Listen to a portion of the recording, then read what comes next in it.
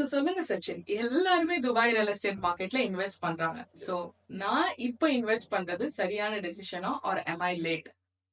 ഇത് ശരിயான ഡിസിഷൻ ആണോ എന്ന് ചോദിച്ചു കഴിഞ്ഞാൽ ഹോണസ്റ്റ്ലി സ്പീക്കിംഗ് നോ. നിങ്ങൾ 2021-ലോ 22-ലോ നിങ്ങൾക്ക് ഇൻവെസ്റ്റ് ചെയ്യാൻ പറ്റിയായിരുന്നെങ്കിൽ that was the best time. Okay. But again ആ ഒരു ചെറിയ ടിപ്പ് വന്ന ടൈമിൽ നിങ്ങൾക്ക് എന്തായാലും വാങ്ങാൻ കഴിഞ്ഞില്ല, പോട്ടെ. പക്ഷെ ഇപ്പൊ ഇൻവെസ്റ്റ് ചെയ്യാൻ നല്ലൊരു ഡിസിഷൻ ആണോ എന്ന് ചോദിച്ചു കഴിഞ്ഞാൽ it is absolutely yes. Okay, ഇത് തന്നെ ഈ ഒരു മാർക്കറ്റിന്റെ ഒരു റണ്ണ് തന്നെ അടുത്തൊരു 2 to 3 ഇയേഴ്സ് ഷുവർ ഷോർട്ട് ആയിട്ട് നമുക്ക് ഉണ്ടാവും. சோ இப்ப நமக்கு துபாய்ல பாத்தீங்கன்னா ஒரு மாசம் நிறைய லான்ச்சஸ் வருது அண்ட் ஹேண்ட் ஓவர்ல நமக்கு நிறைய யூனிட்ஸ் வருது. Don't you think it's over supplied? അപ്പൊ ഇത് ഓവർ സപ്ലൈ ആണോ എന്ന് അറിയണമെന്നുണ്ടെങ്കിൽ നമ്മൾ ഇതിന് ഡേറ്റയും ഫിഗേഴ്സും വെച്ചിട്ട് വേണം സംസാരിക്കാം. ഇപ്പൊ 2024 നോക്കിക്കഴിഞ്ഞാൽ നമുക്കിവിടെ 34,000 apartment residential units, 34,000 residential units ആണ് അവർ ഡെലിവർ ചെയ്യേണ്ടിയിരുന്നത്. ഇതിനു വേണ്ടി 80,000 റെസിഡൻസ് ആണ് ദുബായിലോട്ട് മൂവ് ചെയ്തിരിക്കുന്നത്. ഓക്കെ, ഈ 34,000 തന്നെ വെറും 26,000 മാത്രമേ അവർക്ക് ഡെലിവർ ചെയ്യാൻ പറ്റിയിട്ടുള്ളൂ. അപ്പൊ 1/3 ആണ് റേഷ്യോ. അപ്പൊ ഈ ഒരു റേഷ്യോയിൽ മാത്രമാണ് ഇവർക്ക് ഇപ്പോഴും ഡെലിവർ ചെയ്യാൻ പറ്റിയിട്ടുള്ളൂ. So we are actually under supply. ഈ ഒരു ഡിമാൻഡ് ആൻഡ് സപ്ലൈന്റെ ഗെയിമാണ് ദുബായ് ഗവൺമെന്റിന്റെ കയ്യിലുള്ളത്. ഇവർ എത്ര ഇൻവെസ്റ്റ് ചെയ്യുന്നു, ഇവിടെ എത്ര അപ്പാർട്ട്മെന്റ്സ് വരുന്നോ എന്നുള്ളതല്ല സംഭവം. അതിനേക്കാളും എത്രത്തോളം പോപ്പുലേഷൻ ഇങ്ങോട്ട് ദുബായിലോട്ട് മൂവ് ചെയ്യുന്നുണ്ടെന്നാണ് നമ്മൾ നോക്കേണ്ടത് സംഭവം. ഇപ്പൊ 2025 ഇപ്പൊ നമുക്ക് 3.7 മില്യൺ ആണ് നമുക്ക് ഇവിടുത്തെ പോപ്പുലേഷൻ ഉള്ളത്, ദുബായിലത്തെ പോപ്പുലേഷൻ. ഇത് തന്നെ നമ്മൾ 2033 ആകുമ്പോഴേക്ക് we are expecting it to hit 6 million. ഇവിടെ നമ്മൾ എത്ര റെസിഡൻഷ്യൽ യൂണിറ്റ്സ് ലോഞ്ച് ചെയ്തു എന്നുള്ളതിനെക്കാളും ഇവിടത്തേക്ക് എത്രത്തോളം പോപ്പുലേഷൻ വരുന്നുണ്ടെന്ന് നമ്മൾ കാണാതെ പോവാണ്. ഓക്കെ, ഇവിടെ എപ്പോഴും ആ ഒരു റേഷ്യോ ഒരു മെയിൻറ്റെയിൻ ചെയ്തുകൊണ്ടിരിക്കുന്നുണ്ട്. അതായത് എത്ര പോപ്പുലേഷൻ വരുന്നോ അതിന്റെ ഒരു 1/3 മാത്രമാണ് അവർ സപ്ലൈ ചെയ്യുന്നത്. സോ ഇപ്പൊ നമ്മളിപ്പോ ലോഞ്ച് ചെയ്യുന്ന അപ്പാർട്ട്മെന്റ്സ് ആവട്ടെ, ടൗൺ ഹൗസസ് ആവട്ടെ, ഇതൊക്കെ ഇപ്പൊ ഇവിടെ എക്സിസ്റ്റ് ചെയ്യുന്ന പോപ്പുലേഷന് വേണ്ടിയിട്ടല്ല, വരാൻ പോകുന്ന പോപ്പുലേഷന് കൂടി വേണ്ടിയിട്ടാണ്. ഇപ്പൊ നമ്മൾ ദുബായിലുള്ള പോപ്പുലേഷൻ നോക്കി കഴിഞ്ഞു കഴിഞ്ഞാൽ ഇറ്റ് ഇസ് 3.7 മില്യൺ. ഇത് തന്നെ 2033 ആകുമ്പോഴേക്ക് ഇറ്റ് വിൽ ഹിറ്റ് 6 മില്യൺ. 2040 ആകുമ്പോഴേക്ക് it is expected to hit 7.8 million. അപ്പൊ ഇത്രയും ജനങ്ങൾ ഇങ്ങോട്ട് വരുന്നുണ്ടെങ്കിൽ അവർക്ക് താമസിക്കാൻ ഒരു സ്ഥലം വേണ്ടേ? And house is also basic necessity, right? So everyone needs to live somewhere.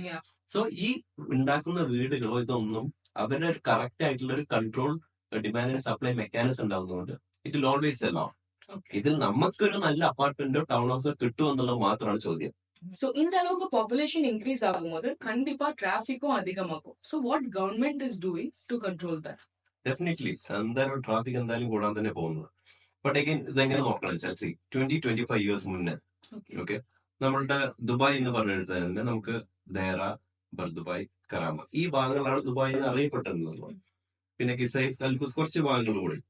പക്ഷെ അതിനുശേഷം ദുബായിന്റെ ഡെവലപ്മെന്റ് എത്ര റാപ്പിഡ് ആയിരുന്നു എന്നുള്ളത് ഇവിടെ അന്ന് മുതലുള്ള ആൾക്കാർക്ക് അറിയാം.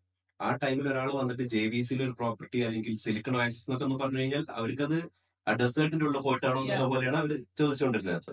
ബട്ട് നൗ അവർക്ക് കാണാൻ പറ്റും എത്രത്തോളം ഡെവലപ്മെന്റ്സ് ആണ് ഈ ഏരിയസിലൊക്കെ നടന്നുകൊണ്ടിരിക്കുന്നത്. So Dubai is actually spreading. We have enough area for that. Okay, അപ്പോൾ ഇപ്പൊ നമ്മൾ നോക്കിക്കഴിഞ്ഞാൽ വാലി, നമ്മളെ കുദ്ര സൈഡിലോട്ടൊക്കെ ധാരാളം റെസിഡൻഷ്യൽ പ്രോപ്പർട്ടീസ് വന്നുകൊണ്ടിരിക്കുന്നുണ്ട്. ടൗൺ ഹൗസസും വില്ലാസും ഒക്കെ ഏറ്റവും കൂടുതൽ കൺസ്ട്രക്ഷൻ നടക്കുന്നത് ആ ഭാഗത്തോട്ടാണ്. ആൻഡ് എഗൈൻ ഇതെല്ലാം അലൈൻഡ് വിത്ത് ദുബായ്സ് വിഷൻ. ദുബായ് ഗവൺമെന്റിന്റെ ഒരു വിഷൻ എന്താണെന്ന് വെച്ച് കഴിഞ്ഞാൽ എല്ലായിടത്തേക്കും ആക്സസ് വേണം. ഇപ്പൊ ഇപ്പൊ നമുക്ക് ആകെ അറിയുന്നത് 2 ലൈനാണ്, ഗ്രീൻ ലൈനും റെഡ് ലൈനും മെട്രോ നമുക്കറിയാം.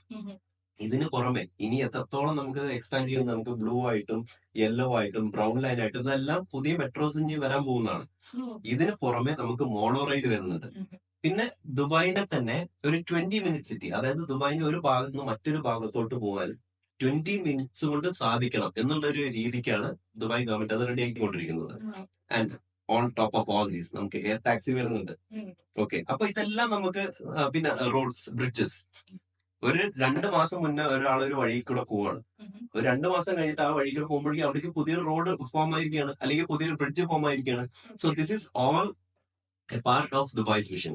അപ്പൊ ഇത്രയും റാപ്പിഡ് ആയിട്ട് അവർക്ക് ചെയ്യാൻ പറ്റുന്നുണ്ടെങ്കിൽ the same way it will affect for all other businesses and അതേപോലെ infrastructure, the same way for tourism, everything it will take into effect. അപ്പൊ ഇതേപോലെ ദുബായ് ഇൻവെസ്റ്റ്മെന്റ്സിനെ കുറിച്ചോ ദുബായ് റിയൽ എസ്റ്റേറ്റിനെ കുറിച്ചോ നിങ്ങൾക്ക് എന്തെങ്കിലും കൂടുതൽ അറിയണമെന്നുണ്ടെങ്കിൽ you can drop in the comments. ഇനി അതേപോലെ തന്നെ നിങ്ങൾക്ക് നേരിട്ട് കോൺടാക്ട് ചെയ്യണമെങ്കിൽ ഞാൻ എന്റെ നമ്പർ ഇതിൽ ഷെയർ ചെയ്യാം. നിങ്ങൾക്ക് ആ നമ്പറിലോട്ട് നിങ്ങൾക്ക് ഒരു വാട്സപ്പ് അല്ലെങ്കിൽ നേരിട്ട് കോളോ ചെയ്യാവുന്നതാണ്. we'll get it all clarified for you.